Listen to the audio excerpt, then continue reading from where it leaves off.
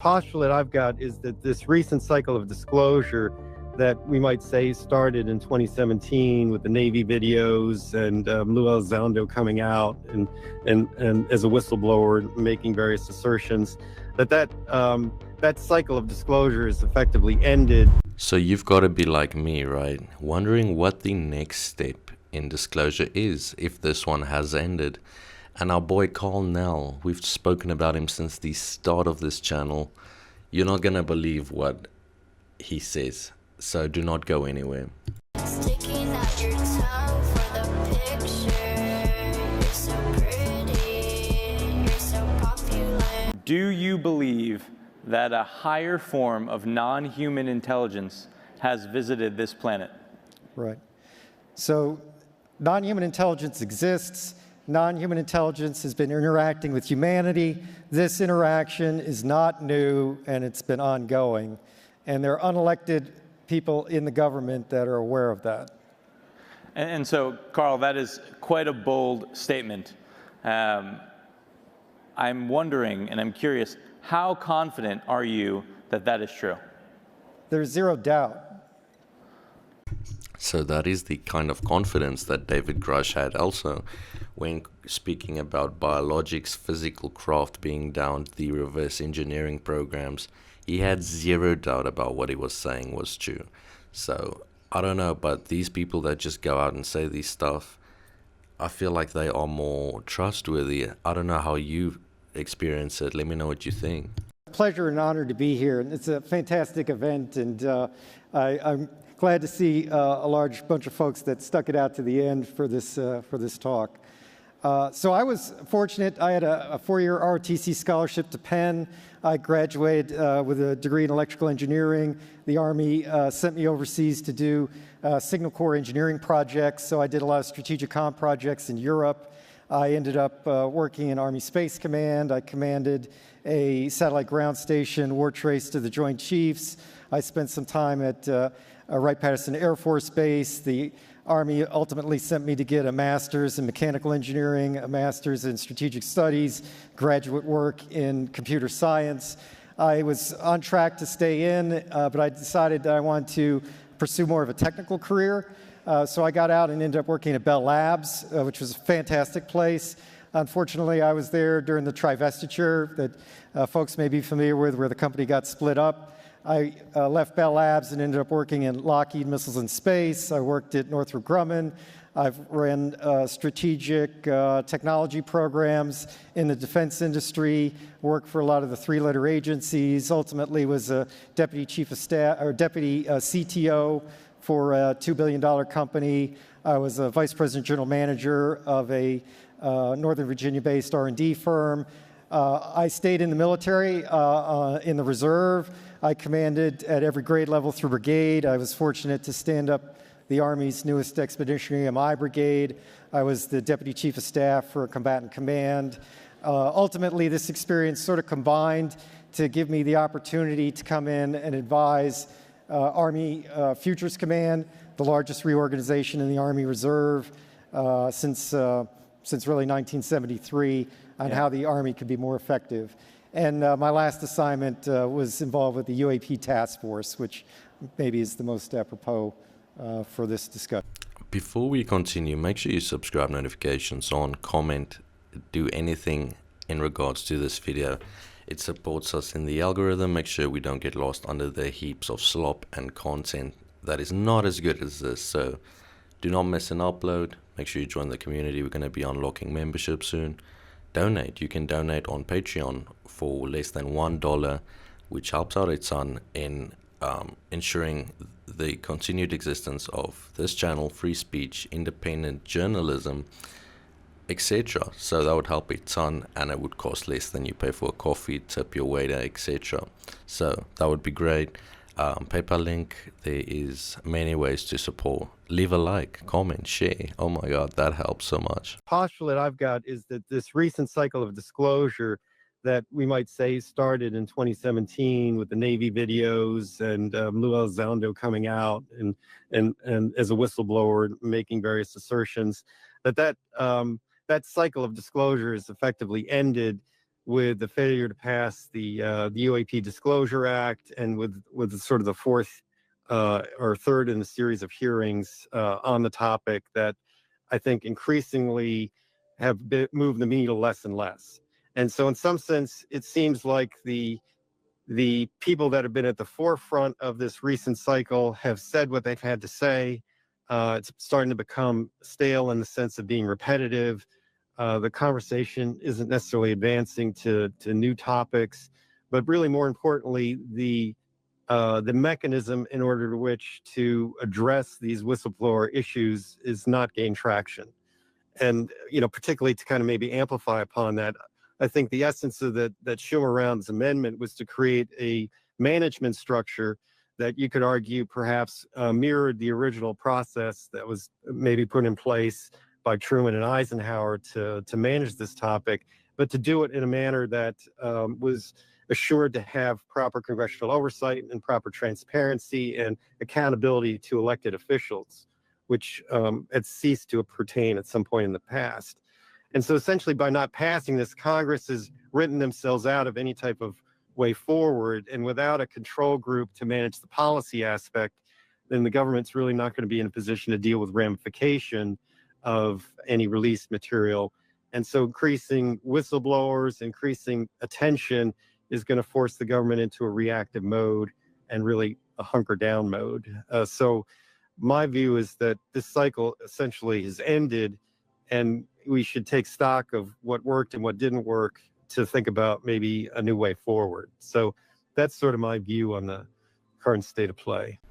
I bet there are so many people who has stock in Lockheed, Boeing, all these defense companies.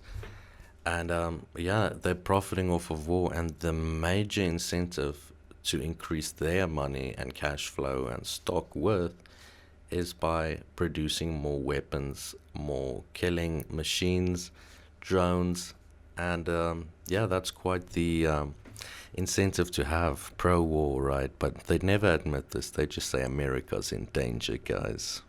Really provocative and interesting thesis, Karl. And honestly, there's a lot that you say that I find myself agreeing with. We've gone for, historically speaking, the UFO community, and we say UFO here, has gone through, as you were implying, a number of cycles of this kind of process. Early 1950s, you could say, in the early 1960s, when the CIA director Roscoe Hellencoat, a former, resigned from NICAP after they had tried to get congressional hearings in 1962 and just totally failed. We all know about the Condon Committee from the late 1960s. That was another crisis, and actually there were many others after that. The FOIA era of the 1970s seemed like it was going to be another cycle where government documents were being declassified for the first time in the late 1970s, and it was exciting, and people thought, are we going to get the magic document that will prove the cover-up? And then that didn't happen. You had the Rockefeller Initiative of the early 90s, which kind of dovetailed with a lot of the Roswell investigations that were going on, and that didn't happen. And then you had in the 21st century, we've had a number of disclosure initiatives, and as you mentioned, starting in 2017, the last iteration, they've all risen and fallen. The only thing that I would want to emphasize that makes this last cycle different is, I think that it's raised the level of discussion publicly to the highest level that I think that it's ever been. More information has come out in this last 7-8 years, by far, I would say, than what we have seen in any of the earlier cycles. And so if it's true that this is the end of a cycle, and maybe it is. I mean, the Disclosure Act's failed 3 years in a row, as you pointed out.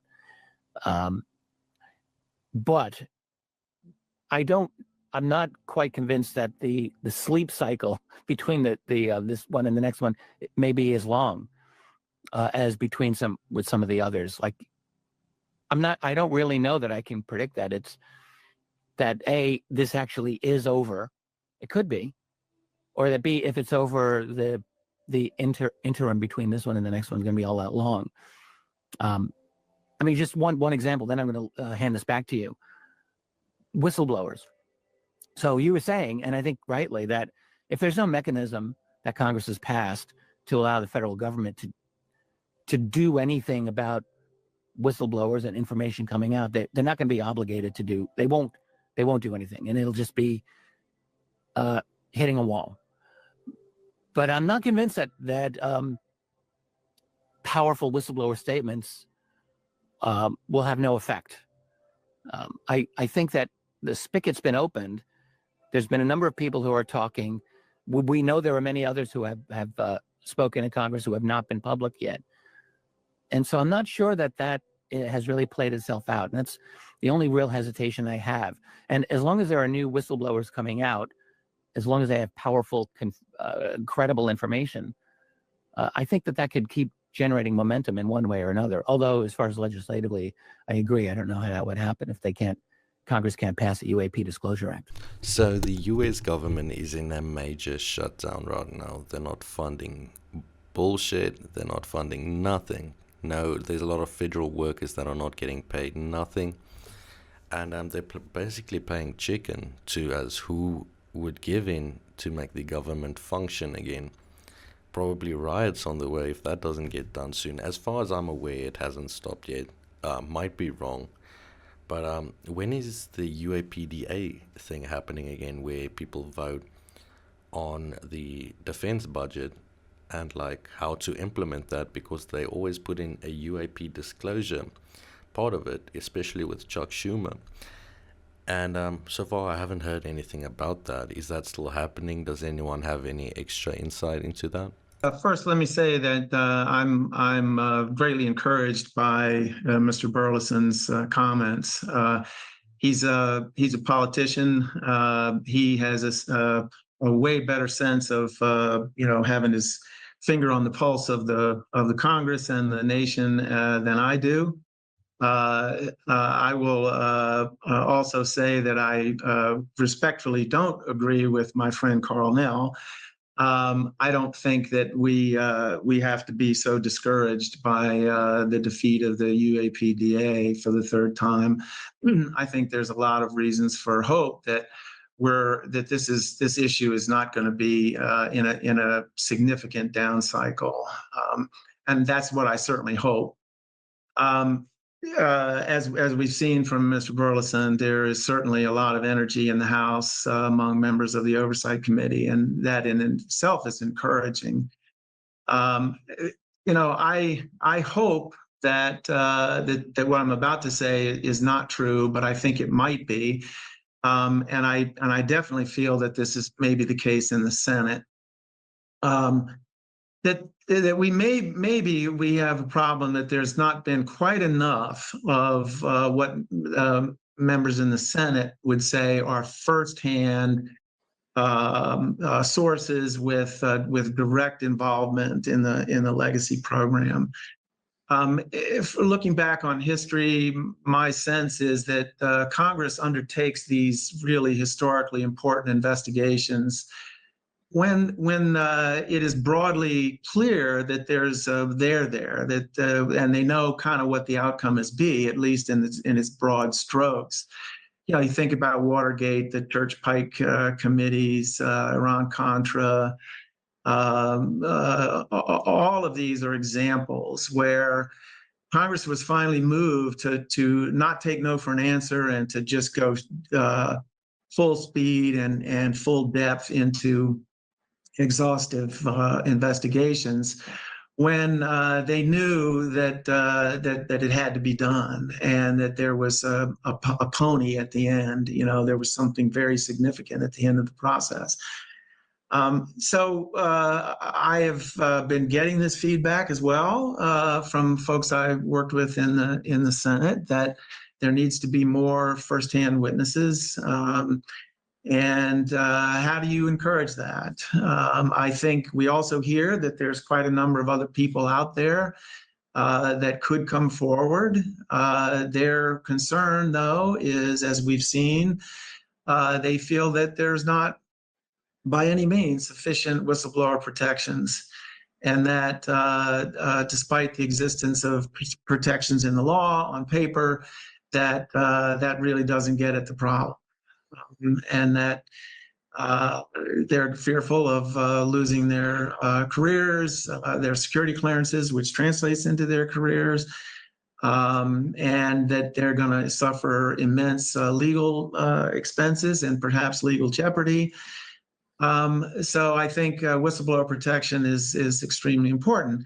That said, it's really hard to get whistleblower protections passed in Congress.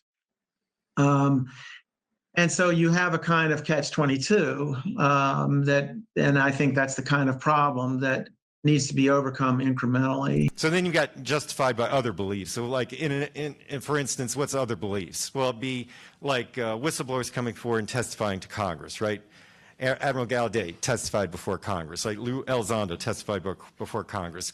David Grush testified before Congress, right? These people are under oath testifying to the reality of this stuff, right? And they're in positions to know. But you could look at presidents. President Barack Obama, President Trump, they both said UAP are real, right?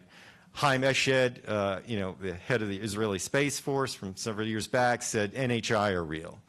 Paul Hellyer from Canada, defense minister, said NHI are real. Gordon Cooper, one of the 7 Mercury astronauts, testified before the United Nations in 1979 that he chased UAP over Germany when he was in the Air Force, and he was the headquarters commander at Edwards Air Force Base. There was actually a landing that they filmed, and you can go Google that, and you can see him in person relating that in a historical way. But he testified before Congress to that effect, just like David Fravor and Ryan Graves testified. And then you've got witnesses testifying to interactions at our ICBM sites where missiles were brought offline in the United States, and then across the world in the Soviet Union at the time, missiles were brought online, and this is substantiated by documents and testimony. And you've got this correlation between observed UAP activity and nuclear sites, incursions in the northern nuclear tier. In fact, there's an agreement between the United States and the former Soviet Union, not a treaty, but an agreement that's still in force, intended to reduce the threat of nuclear war. And it has provisions for use of the Washington-Moscow hotline. And one of the criteria, the second criteria, is if we detect UFOs in our ballistic missile early warning system, we're going to alert the Soviets to prevent an exchange, like an inadvertent exchange. And so the first criteria is a rogue launch, and the third criteria is like an accidental detonation.